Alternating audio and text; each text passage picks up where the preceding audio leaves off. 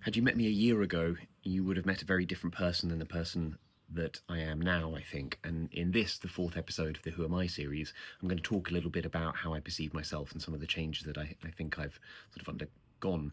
The context of this is important. When I left the university, really, when I was in it still, I was very unhappy, was listless, unmotivated. I didn't really have a social life, and there were very clear signs of depression. And so, for the first few months, really up until maybe the end of March, I found it quite difficult to reorientate myself.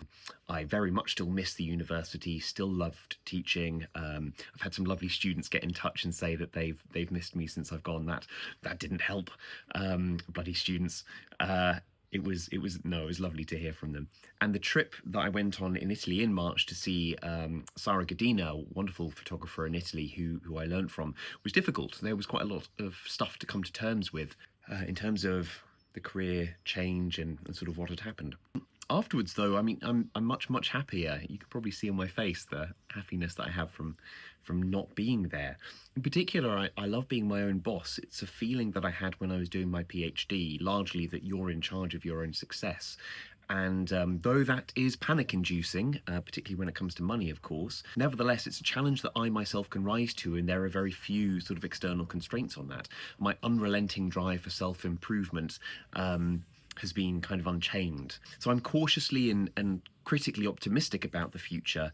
I'm driven, I'm task orientated, and these are sort of elements of me that I remember having previously when I was doing the PhD and that were sorely lost. But they're back, and it's a nice feeling. Of course, I still wrestle with the concerns of, I suspect, every creative entrepreneur. I'd like to be even more creative and put more creative work into my photography, my portraiture, but I'm concerned with paying bills and the relationship between the two of those two things.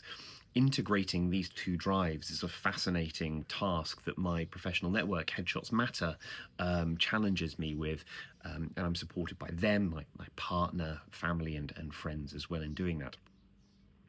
So this is the end of the Who Am I first week, all about my transition from part-time academic, part-time photographer to full-time photographer.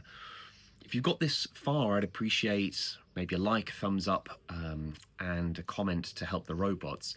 But much more importantly, I'd love to hear from other entrepreneurs about their journey and how they felt during and after that transition. Next up, we're going to talk about lessons learned that I'm importing from the university, putting into my photography that might then be of some benefit to you as a client. I hope you join me for that.